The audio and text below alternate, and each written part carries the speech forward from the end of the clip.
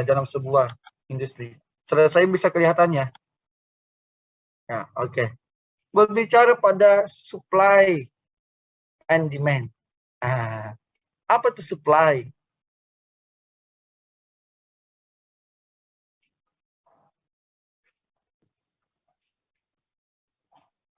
Supply itu adalah penawaran. Demand itu adalah permintaan. Jadi, masyarakat ini kan adalah customer. Yang sakit akan mengakses pelayanan kesehatan. Ada permintaan, ada kebutuhan dia. Dan masih ingat pertemuan pertama bahwa laju pertumbuhan penduduk itu ikut mempengaruhi sebuah pembiayaan kesehatan. Jadi kita perlu menyongsong hal itu dengan cara apa? Menyiapkan supply-nya dengan baik agar demand-nya nanti akan bisa mengakses. Jadi antara supply and demand. Ini nanti akan ada pertemuan terkait tentang supply and demand ya. Nah, nanti itu hukum permintaan dan penawaran dari sebuah pelayanan kesehatan. Itu kita akan masuk pada pertemuan yang akan datang. Nah, kita lihat ada mutu pelayanan. Semakin bermutu sebuah pelayanan kesehatan, maka semakin terpenuhi ya aksesibilitas masyarakat. Semua harapan masyarakat menjangkau pelayanan kesehatan akan terpenuhi karena bermutu. Kalau dia bermutu, sudah barang tentu dia berkualitas. Kalau dia berkualitas, orang akan merasakan kepuasan. Dan jika dia puas, dia akan berkunjung kembali ke pelayanan kesehatan tersebut. Nah, itulah konsep cara berpikir seorang manajemen kesehatan. Bagaimana mengembangkan sebuah pelayanan kesehatan agar pelayanan kesehatan itu bisa diakses terus-menerus. Yang kedua adalah bagaimana memperhatikan sebuah komoditinya. Komoditi sosialnya, komoditi komersilnya. Itu harus diperhatikan terkait tentang sumber daya manusia, terkait tentang fasilitas medis. Nah, berikutnya lagi ada public goods dan private goods. Pelayanan yang sifatnya mandiri, pribadi, atau pelayanan yang sifatnya umum atau masyarakat. Yang disering disebut dengan UKP dan UKM. Unit ya, kesehatan perorangan kalau dia private good. Siapakah itu? Adalah orang yang jatuh sakit. Sementara public goods adalah orang yang sehat, yang bagaimana dia tetap bisa sehat dan tidak menjangkau pelayanan kesehatan, maka intervensinya kan berbeda. Maka supply-nya perlu berbeda. Satu penanganan medis dan satu penanganan preventif dan promotif. Berikutnya adalah bagaimana manajemen, ya, government, ya, mengintervensi. Ya, berarti dari aspek sektor penganggaran. Karena akan sulit mencapai sebuah pelayanan kesehatan yang maksimal kalau penganggarannya terbatas. Dengan penganggaran yang maksimal, maka kita bisa mengakses sebuah pelayanan yang lebih berkualitas. Berikutnya, tepat waktu. Ya. Berikutnya, pelayanan bisa terus-menerus dilaksanakan. Ya. Berkelanjutan. Nah, dan ada medical service, ada riset yang dilakukan, ada pendidikan di dalamnya pada sebuah produk pelayanan. Nah, inilah supply nanti yang menghasilkan sebuah pelayanan kesehatan dari sebuah industri pelayanan kesehatan, menghasilkan sebuah supply dan menghasilkan sebuah demand. Nah, dari perspektif demand tadi, permintaan tadi adalah elastisitas permintaan. Permintaan sebuah pelayanan kesehatan itu banyak faktor yang mempengaruhinya. Pengaruh pertama adalah demografis. Pengaruh kedua adalah adanya masalah status kesehatan secara global, termasuk pandemi COVID-19. mengapa akhir-akhir ini orang cenderung mengarah pada penyakit paru-paru. Disebut dengan penyakit apa ya? COVID-19 ya virusnya COVID-19 tapi pneumonia. Orang sekarang semua pasien yang masuk ya termasuk keluarga saya baru-baru saya masukkan ke rumah sakit. Saya kira mau di ronsen kepalanya karena kepalanya sakit, ternyata paru-parunya di ronsen. Baru dokter mengatakan wah ini ada pneumonianya. Waduh, kalau pneumonia pasti ke COVID ya. Nah ini susah. Bagaimana orang yang sudah ada riwayat pneumonianya sebelumnya? Nah, ini cukup menarik bahwa ada elastisitas dari sebuah permintaan. Dipengaruhi oleh faktor yang lain. Dipengaruhi juga oleh ability to pay, kemampuan membayar. Orang kalau memiliki dana yang banyak, maka dia bisa memilih jenis pelayanan kesehatan yang menurut dia terbaik buat dia. Tapi bagaimana masyarakat yang tidak mampu, maka dia akan dalam posisi post to pay, keterpaksaan membayar. Nah, keterpaksaan membayar adalah dia akan mendapatkan pelayanan yang sudah sesuai dengan peruntukannya. Berikutnya dari uncertainty.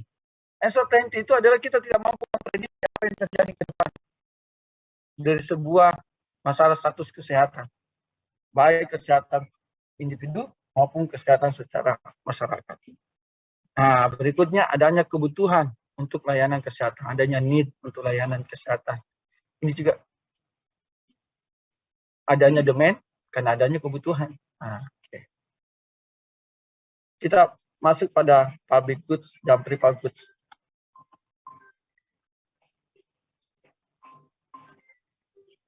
Ada token dari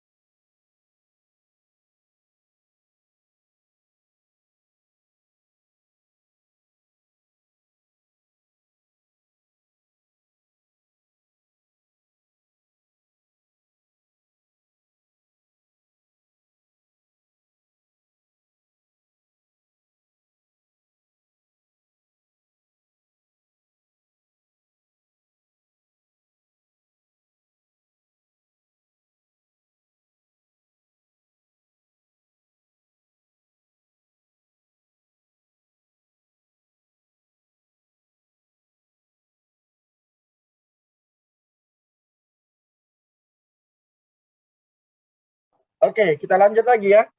Ini, mohon maaf tadi bendahara nelpon. Pegawai mau gajian, jadi saya harus tanda tangan cek. Oke, kita lanjut lagi. Public goods dan private goods. Nah, membedakan antara public goods dengan private goods adalah kalau dia adalah private goods merupakan pelayanan yang dirasakan oleh individu itu sendiri. Contoh, kalau Manisa lagi sakit, tapi mudah-mudahan tidak sakit ya, sampai contoh aja. Manisa lagi sakit, maka pada saat dia mengakses pelayanan kesehatan, maka dia cuma membawa masalah status kesehatannya secara sendiri. Maka dia akan mendapatkan pelayanan disebut dengan UKP. Unit Kesehatan Perorangan. Nah, jadi langsung diintervensi berdasarkan masalah kesehatannya. Nah, contoh bedah jantung, ya kan? Bedah kosmetik, pengobatan rematik. Ini orang tidak bisa mengakses sama-sama ini. Ini harus privati. Nah, sedangkan public goods merupakan pelayanan yang apabila digunakan oleh seseorang, manfaatnya dapat dinikmati oleh masyarakat luas. Dalam bentuk intervensi preventif dan promotif, penyuluhan, imunisasi, pengobatan TBC, malaria, dan lain sebagainya. Tapi bukan malarianya orang dirawat ya. Pada saat dia dirawat, maka kan dia masuk private goods. Pada saat dia pengobatannya secara rutin, yang setiap bulannya melakukan pengambilan obat dan lain sebagainya, maka pengambilan obat itu disebut dengan public goods. Nah, karena untuk orang banyak program dan lain sebagainya. Tapi kalau dia operasi jantung, dia masuk adalah private goods.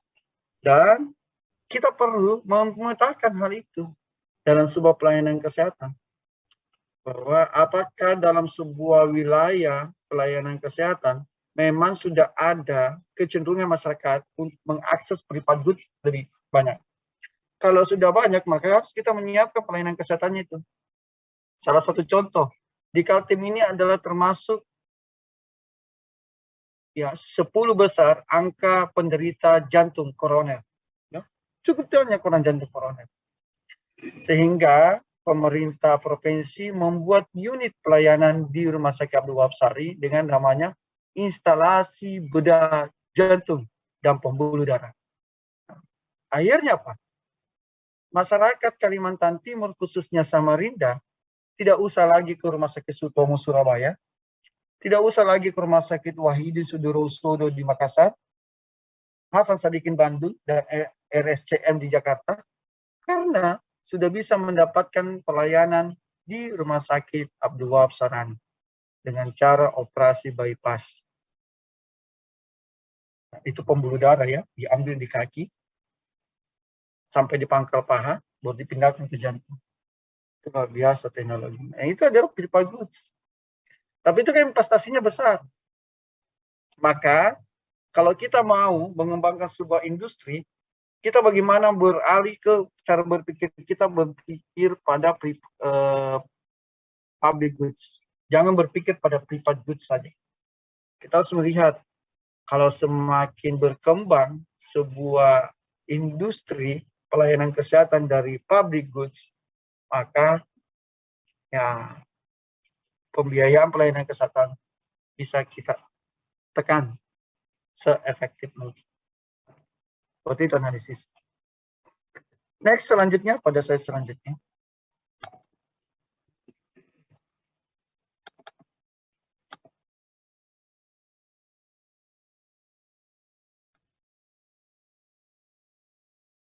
Nah, bagaimana komoditi? Ya, ada beberapa kasus di mana seseorang yang sakit dan mencari pelayanan kesehatan tidak berhadapan dengan suatu komoditi yang utuh. Yaitu salah satu contoh adalah seseorang yang sakit TBC harus pergi ke dokter spesialis paru dan memperoleh pemeriksaan paru-paru dan memperoleh pemeriksaan ronsen di klinik. Setelah itu memperoleh pemeriksaan dahak di laboratorium, lalu memperoleh diagnostik, konsultasi, dari dokter dan spesialisasi tersebut. Nah, artinya adalah dalam sebuah pelayanan komoditi ada beberapa unsur yang akan dijangkau masyarakat untuk menghasilkan sebuah kesimpulan terkait tentang penyakit. Inilah jalur pelayanannya. Nah, industri yang akan kita kembangkan dalam sebuah pelayanan kesehatan.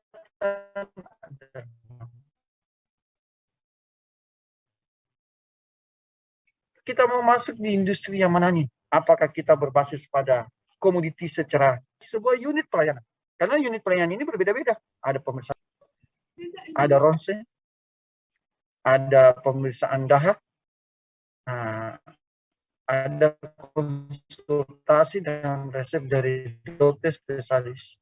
Nah, ini sebuah rangkaian pelayanan yang perlu kita lihat dari sebuah industri untuk bisa menjadi sebuah pelayanan yang efektif dan efisien. Ciri karakteristik dari sektor pelayanan kesehatan dari sebuah industri pelayanan. Pertama adalah consumer ignorance. Ketidaktahuan konsumen akan apa yang dia dapatkan nantinya di pelayanan kesehatan. Kira-kira kalau orang sakit bisa nggak langsung dia tahu jenis pelayanan apa yang dia dapat? Ada nggak orang kalau sakit? Ada nggak orang yang sakit langsung mengatakan, oh sakit saya kanker ini.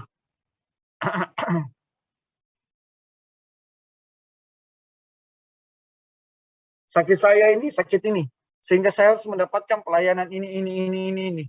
Tidak ada kan? Semua orang akan ke pelayanan kesehatan dengan harap-harap cemas bahwa kondisinya baik-baik saja. Tapi pada saat diperiksa dan dinyatakan kondisinya tidak sesuai dengan harapan, maka disitulah akan mendapatkan jenis-jenis tindakan pelayanan kesehatan. Maka apa yang harus disiapkan oleh pelayanan kesehatan adalah menyiapkan ketidaktahuan konsumen tadi agar dia tahu tentang sebuah pelayanan kesehatan. Berikutnya adalah supply industry demand. Provider pelayanan kesehatan sifatnya dominan untuk memenuhi kebutuhan konsumen. Siapakah itu provider? Itu adalah petugas pelayanan kesehatan. Ada dokter, ada perawat, ada bidan, dan ada petugas lainnya. Ketiga, ada kejadian penyakit, masalah kesehatan yang tak terduga. Siapa yang bisa memprediksi kapan orang sakit? Kapan kita pernah memprediksi bahwa akan ada COVID-19 yang sangat mengganggu kehidupan masyarakat di dunia? Kesehatan bersifat konsumtif dan investasi. Kesehatan itu adalah sebuah investasi. Makanya kalau kita bicara public health, sehat itu lebih murah sebenarnya sehat daripada sakit. Sepakat enggak? Lebih murah enggak sehat daripada sakit? Lebih murah. Sehat dong. Artinya kalau kita mau kaya, jaga kesehatan. Karena dengan menjaga kesehatan, kita tidak sakit. Kita tidak menginvestasikan uang untuk pelayanan kesehatan. Kita tidak usah membiayai pengobatan yang cukup mahal. Dana itu bisa kita gunakan untuk peningkatan kesejahteraan. Kan seperti itu. Tapi ini sekarang orang terbalik cara berpikirnya. Lebih murah sakit dan lebih mahal sehat. Ya dah? Dengan cara apa? Tidak berolahraga, ya dah? Makan makanan yang cepat saji, tidak memasak, banyak hal yang dilakukan yang tidak sesuai dengan standar-standar kesehatan. Akhirnya konsekuensinya ada potensi jatuh sakit. Berikutnya ada faktor eksternalitas. Apa itu aspek eksternalitas? Adalah dampak positif dan negatif yang diakibatkan oleh perbuatan orang lain. Nah, akibat dari perbuatan orang lain sehingga terjadi masalah status kesehatan, contoh kecelakaan lalu lintas, ya kan? Akibat dampak orang lain yang lalai akibat orang lain. Non-kompetitif. Kenapa dikatakan non-kompetitif? Bahwa pelayanan kesehatan itu adalah satu pelayanan yang sifatnya independen. Tidak diintervensi oleh pihak manapun. Dan dia pesaingnya terbatas. Bukan mencari keuntungan. Maka saya selalu ulas bahwa kalau di rumah sakit itu haram hukumnya mencari uang, mencari keuntungan. Tapi kalau mencari pendapatan halal. Nah, kalau mencari keuntungan, pasti bisa. Moral hazard, fraud yang muncul. Fraud pada pelayanan kesehatan kan banyak. Nah, bersifat padat karya. Kenapa dikatakan bersifat padat karya? Karena sifatnya gotong royong. Nah, jadi dana yang dikelola untuk membantu masyarakat-masyarakat yang tidak mampu dalam pelayanan kesehatan. Matriks peran rumah sakit swasta dan pemerintah. Dalam industri pelayanan kesehatan, maka ada puskesmas dan ada rumah sakit. Nah, kita lihat bagaimana peran dari pemerintah dan swasta dalam industri pelayanan kesehatan. Pemerintah ada rumah sakit, ada puskesmas pembantu, dan program kesehatan masyarakat. Ini yang perlu dibiayai untuk meningkatkan sebuah industri pelayanan. Swasta, pelayanan dikontrakkan ke swasta. Misalnya cleaning service, pemeliharaan alat, dan lain sebagainya. Itu yang membedakan dengan pemerintah. Termasuk juga alokasi dananya. Tidak menggunakan alokasi dari dana pemerintah, tetapi murni dari pendapatan dari rumah sakit tersebut. Kalau rumah sakit swasta, itu memang mencari keuntungan. Jadi kalau kita bandingkan tarif pelayanan kesehatan yang ada di rumah sakit pemerintah dan rumah sakit swasta, pasti jauh berbeda, lebih mahal. Ya kan? Nah, yang fee for service ya, saya tidak bilang yang BPJS, yang fee for service. Yang dimaksud dengan fee for service adalah pada saat mengakses pelayanan kesehatan dan setelah mendapatkan jasa pelayanan kesehatan langsung membayar out of pocket atau fee for service. Habis mendapatkan pelayanan langsung bayar. Itu tarifnya itu berbeda antara rumah sakit pemerintah dengan rumah sakit swasta.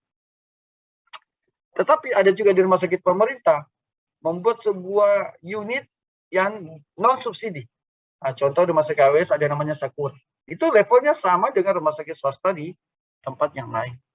Nah, itu adalah cara ya pengelolaan dari sebuah sistem pembiayaan kesehatan. Nah, kalau dia swasta, nah, ada pavilion kan, seperti yang saya ulas tadi, pelayanan kesehatan dari asuransi kesehatan swasta komersil bisa masuk ke dalamnya. Fee for service, masyarakat pelayanan kesehatan pemerintah langsung membayar. Kalau tadi di sini, puskesmas itu dananya kapitasi, dikelola oleh BPJS Kesehatan. Begitupun rumah sakit juga sistem reimburse atau sistem klaim, dan lain sebagainya. Kalau dia swasta, pasien, perusahaan swasta, pelayanan kesehatan swasta, ada praktek swasta dan askes swasta ke pelayanan kesehatan swasta. 7 unsur utama dalam kriteria swasta dalam membantu peningkatan pelayanan kesehatan menurut John Ferguson dalam bukunya tahun 90. Adalah kalau pemerintah saja yang melayani kesehatan, ada kesulitan dalam pendistribusian aksesibilitas layanan kesehatan. Maka peran swasta ikut membantu untuk mencapai aksesibilitas layanan kesehatan. Salah satu contoh di Samarinda. Di Samarinda, seandainya cuma satu rumah sakit pemerintah, saya tidak bisa bagaimana kewalahannya ya resources rumah sakit tersebut dalam memberikan layanan kesehatan. Karena ingat, dalam satu populasi ada 5% penduduknya yang sakit. Itu hukum anunya itu. Hukum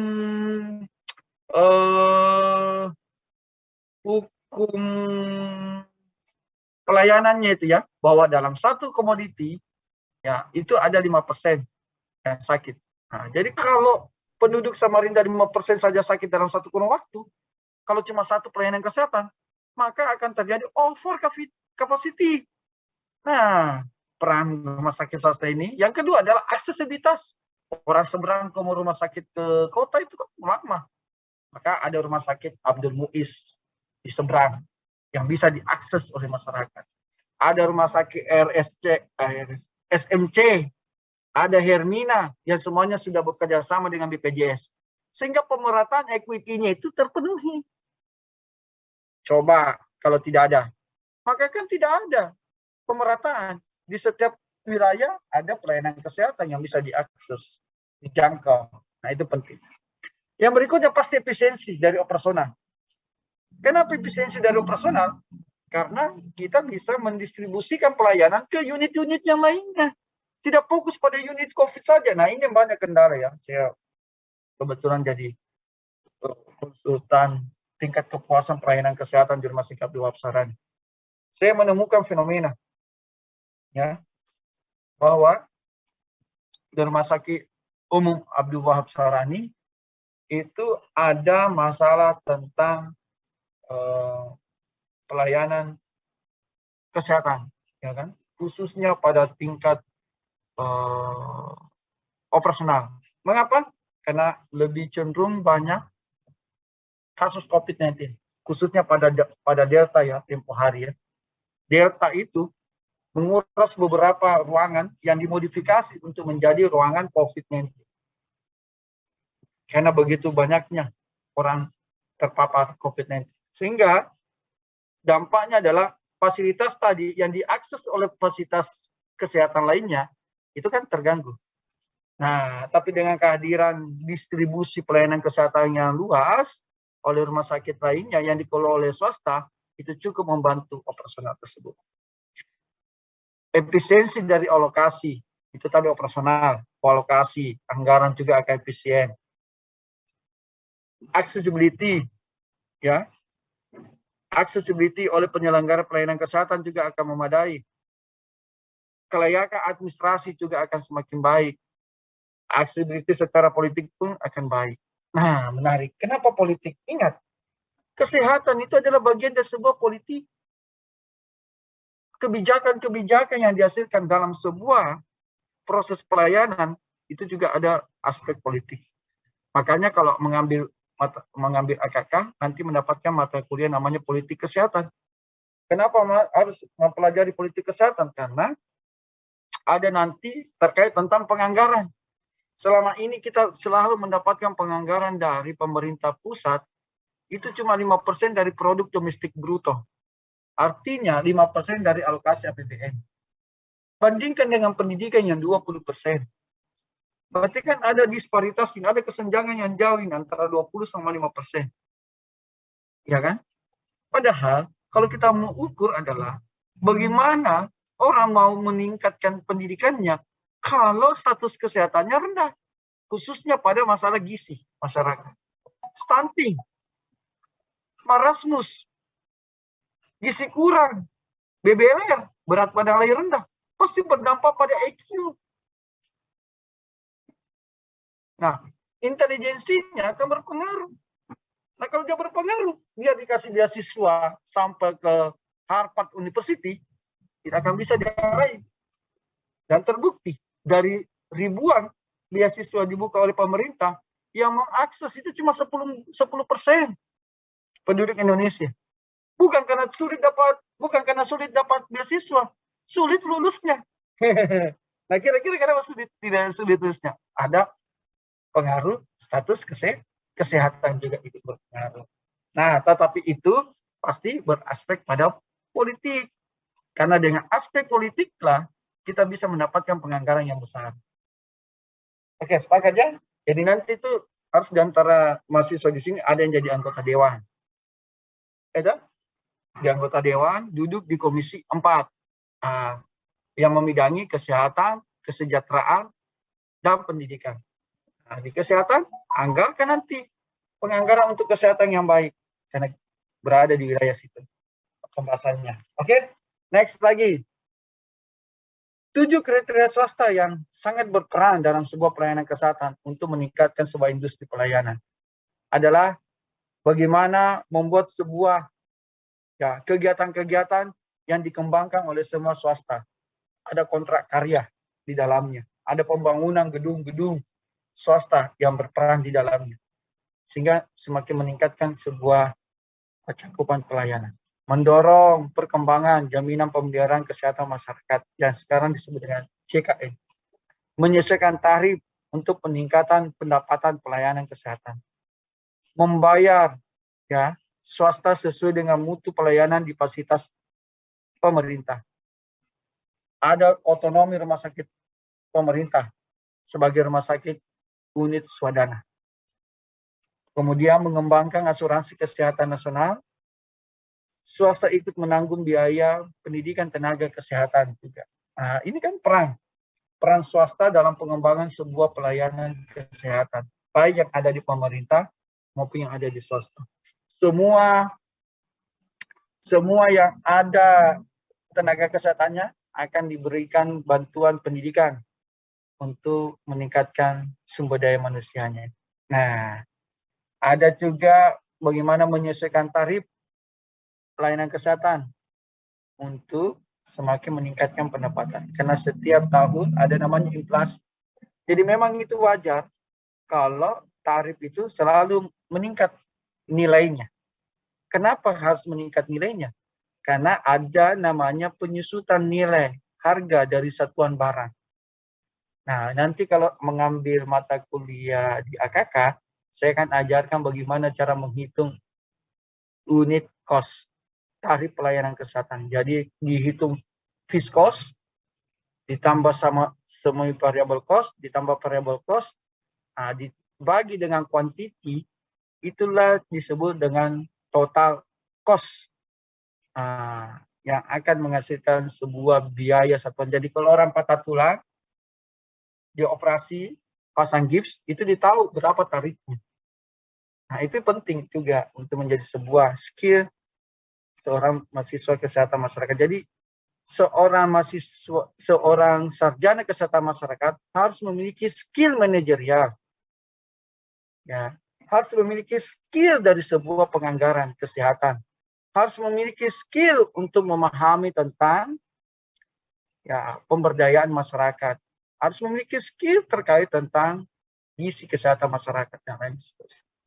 Nah, kita lihat keseimbangan, ya, keseimbangan pasar, asumsi-asumsi, ya, pasar sempurna dan tidak sempurna.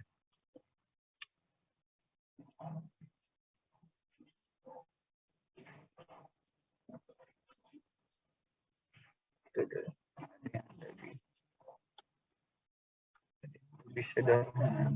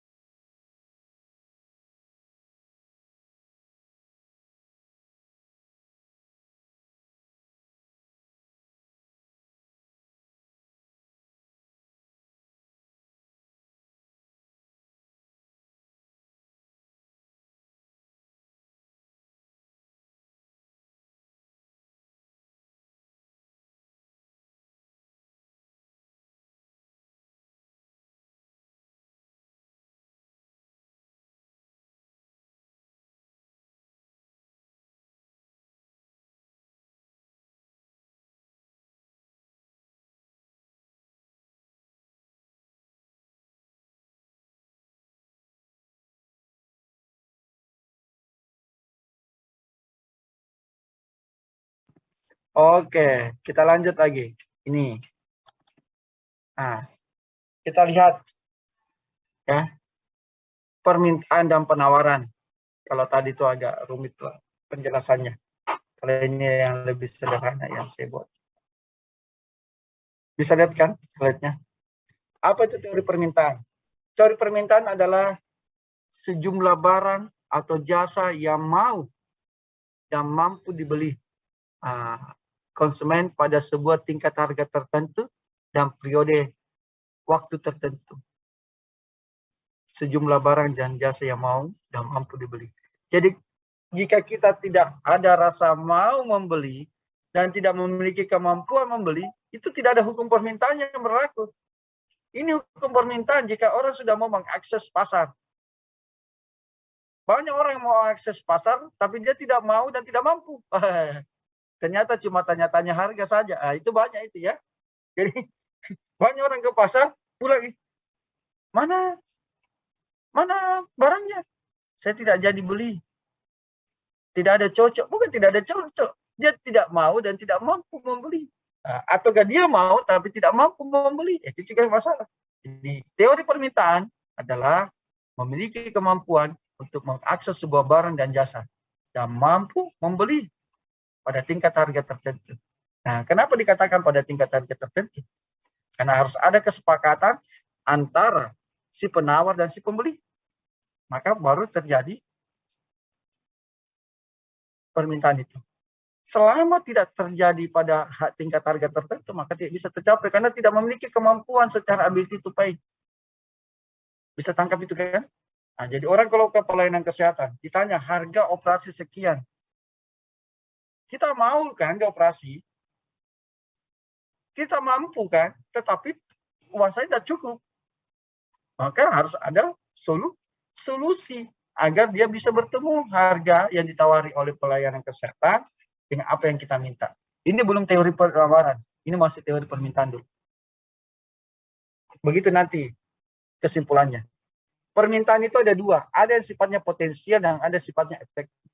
Permintaan potensial itu adalah permintaan yang dimana kita berada pada sebuah barang dan jasa yang secara potensi itu kita bisa dapat secara terus-menerus. Tapi ada bentuk permintaan yang sifatnya efektif karena terkait persoalan kebutuhan yang mendesak. Permintaan akan selalu berbeda tergantung pada sebuah momen tertentu. Kenapa dikatakan momen tertentu? Pernah ke Big Mall? Oke, alhamdulillah. Saya kira di sini mahasiswa saya ada yang tidak pernah ke Big Mall. Kalau ada nanti saya ajak jalan-jalan ke Big Mall. Oke. Ke Big Mall, ternyata ada waktu-waktu tertentu di mana Big Mall akan seperti pasar. Orang akan berjubel masuk. Entah kemanapun dia mau masuk ke hipermarket penuh, masuk ke ya bakso ya, lapangan tembak Senayan penuh, ya. Dekatnya lagi itu, apalagi dekatnya itu bakso, lapangan tembak bakso, dekatnya itu apalagi? Jacob, sebelah sananya lagi ya, itu ya. Penuh semua, termasuk, tapi yang paling penuh adalah Matahari, ya, department store. Itu sangat penuh orang, karena ada diskon. Mengapa ada diskon? Karena mendekati hari raya. Semakin mendekati hari raya, maka semakin gila-gilaan diskonnya. Gitu?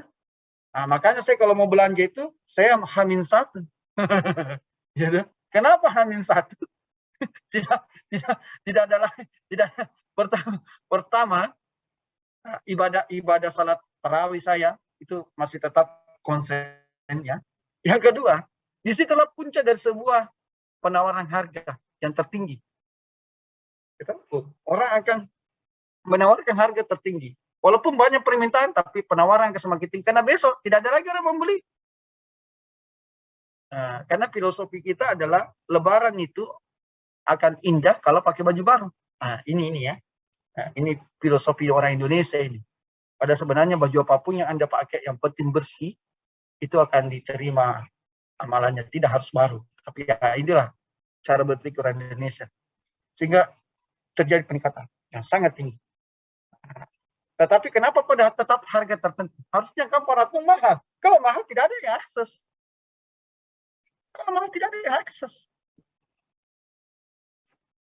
Kenapa? Orang akan mencari diskon.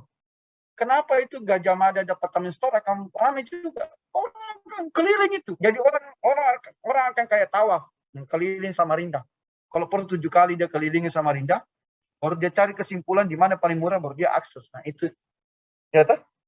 Jadi walaupun orang tidak belajar tentang ilmu ekonomi, tapi sebenarnya ilmu ekonomi itu sudah ada di pahami setiap individu manusia.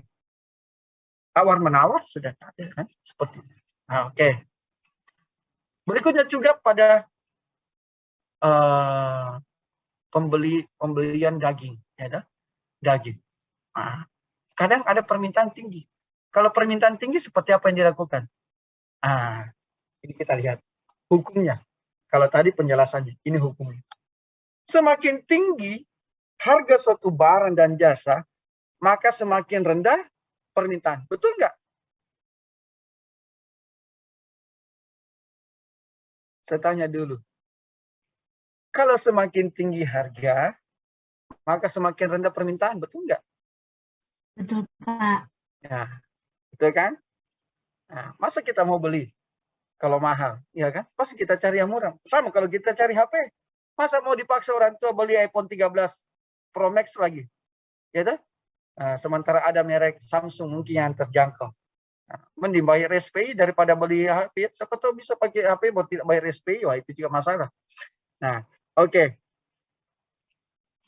Sebaliknya, semakin rendah harga suatu barang, maka semakin tinggi permintaan terhadap barang dan jasa. Betul nggak? Betul, Bapak.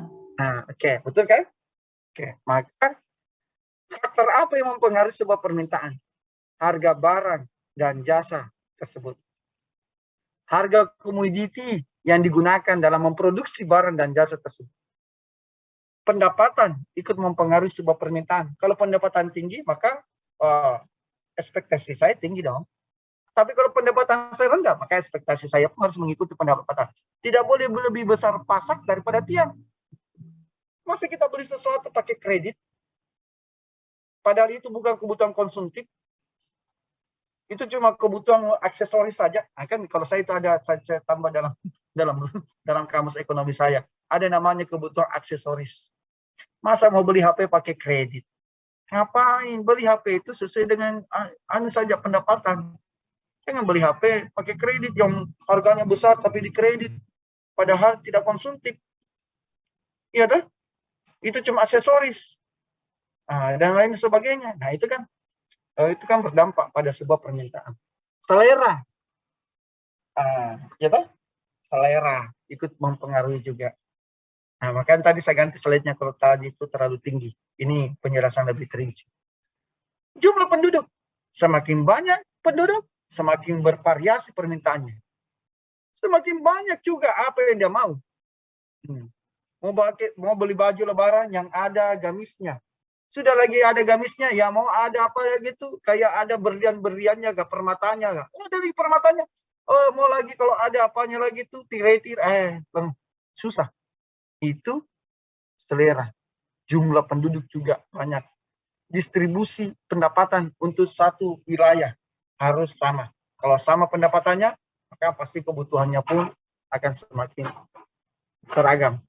Barang dan jasa yang apanya distribusi.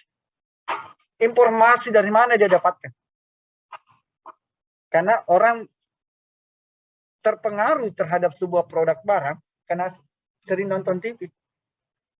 Ya kan? Sering lihat iklan, terpengaruh. Beli ini, saya lihat di TV. Ternyata kalau yang artis pakai memang cocok karena warna kulitnya putih. Pas kita pakai, waduh, lain-lain dilihat. Nah, itu karena terpengaruh. Nah, itu ya hati-hati. Baru ada harapan dari konsumen. Itu yang mempengaruhi sebuah permintaan. Dan saya yakin di antara kita menggunakan ini. Teori ini semuanya. Cuma kita tidak sadari. Apa yang kita sudah mengambil langkah dalam pengambilan sebuah keputusan, harus mengikuti dengan ini. Seperti itu. Nah, walaupun pada kenyataannya, ekspektasi dengan realitas itu berbeda. Kita punya uang, kadang kita kalau ke pasar, lain yang dipikirkan, lain yang dibeli. Ini sering terjadi juga, ya kan? Tadi mau beli jenis ikan ini dari rumah. Pas sampai ke pasar, saya mau ganti ikannya deh jenisnya. Ini. Nah, itu bisa saja terjadi perubahan-perubahan itu karena selera bisa ikut berubah. Nah, kurvanya bagaimana? Kurva P ini adalah price atau harga.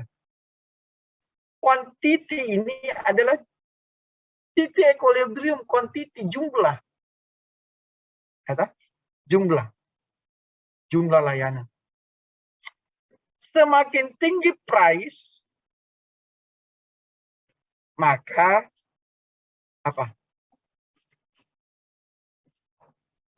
Semakin sedikit permintaan.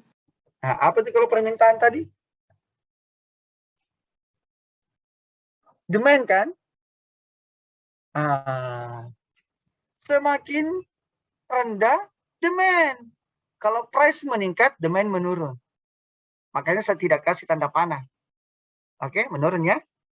Nah, bagaimana kalau price menurun ke bawah sini? Maka demand, tanda panahnya pindah ke sini, meningkat kan? Bisa tangkap itu? Nah, tapi jika P1 seimbang, maka supply and demand seimbang toh? Maka demand-nya seimbang kan? Jadi kalau harganya setengah, ya ada diskon sedikit, ada kenaikan harga sedikit, ketemu pada P1, maka demand-nya pun akan meningkat, tetapi dia tidak meningkat signifikan. Tetapi kalau price-nya turun pada titik P2 sampai pada titik terendah, maka demand akan meningkat. Kalau diskonnya cuma 25% di sini. Tapi kalau diskonnya 70% di bawah sini, demand pasti meningkat. Nah, tapi ada yang mengatakan, wah itu akal-akalan Pak Ratno.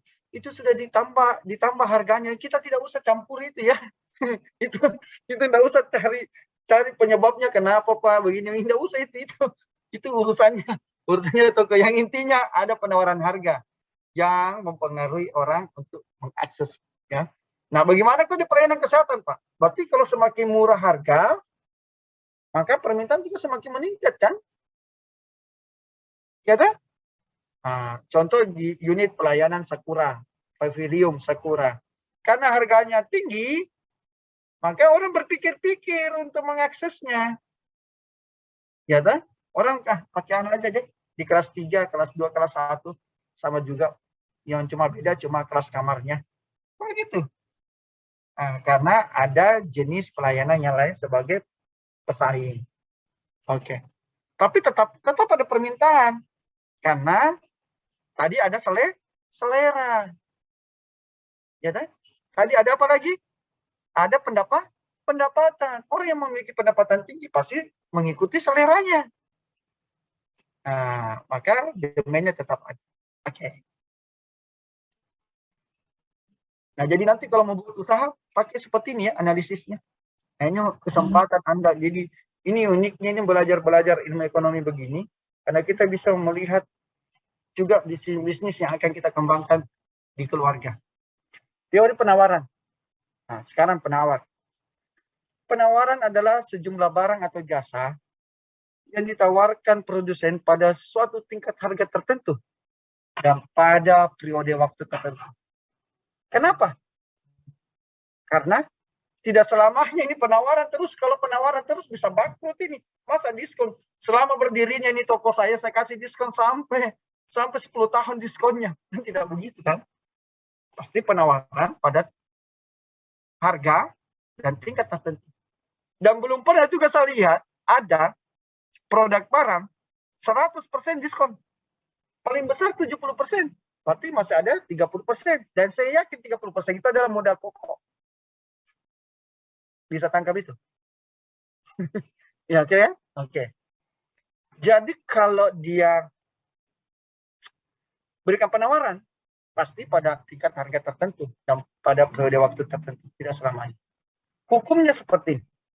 Semakin tinggi harga suatu barang, maka semakin banyak jumlah barang tersebut yang ditawarkan. Betul nggak? Karena semakin banyak orang yang ingin mengakses barang itu. Maka barang itu akan semakin banyak yang akan ditawarkan. Semakin rendah harga suatu barang, maka semakin sedikit jumlah barang tersebut ditawarkan. Kalau semakin banyak kita tawarkan, baru harganya murah, ya pasti bangkrut loh. Ayo beli barang yang saya dagangkan ini. Ini saya diskon 70%. Semua jenis barang 70% kan tidak seperti itu. Cuma barang-barang tertentu kan, komoditi tertentu. Nah, kan itu strategi. Oke. Faktor mempengaruhi penawaran. Pertama adalah harga barang dan jasa yang ditawarkan. Ada kwitansinya, kita ambil. Aku kasih kamu maknya Radit. Harga barang dan jasa yang ditawarkan. Yang kedua, harga barang dan jasa yang lain. Yang ketiga, harga faktor input dan faktor produksi.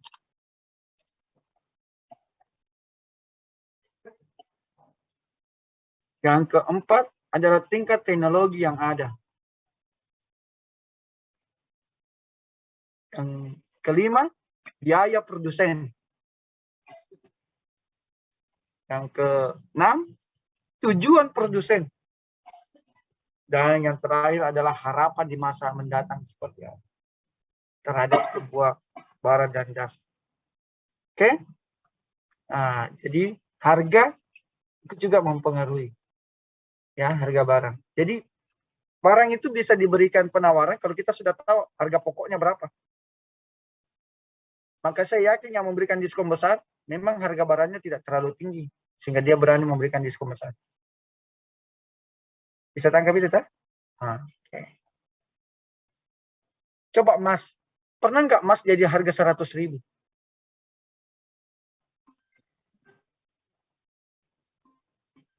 Pernah nggak harga emas jadi harga 100.000?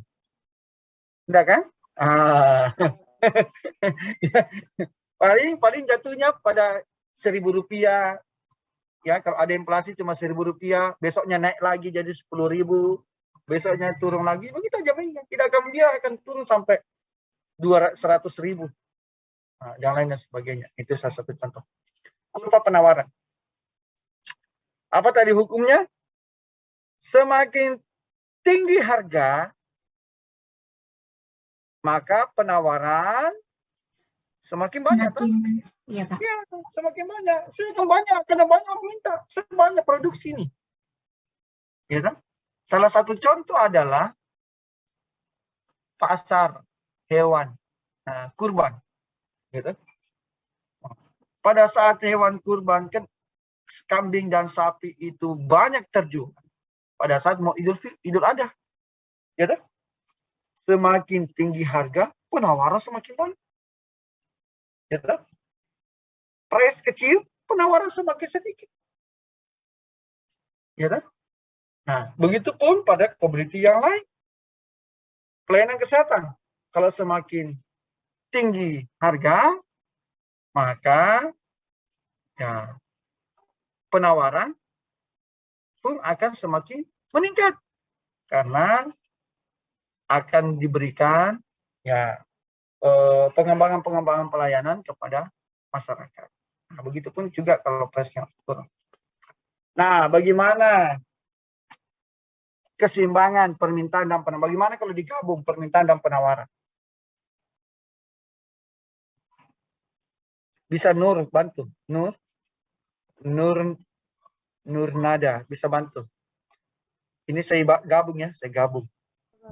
Kalau price meningkat, apa yang terjadi pada supply?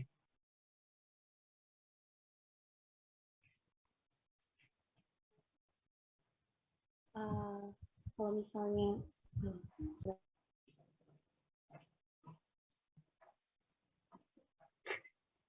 ini tugas kalian, catat, dikumpul minggu depan. Gambarkan kurva.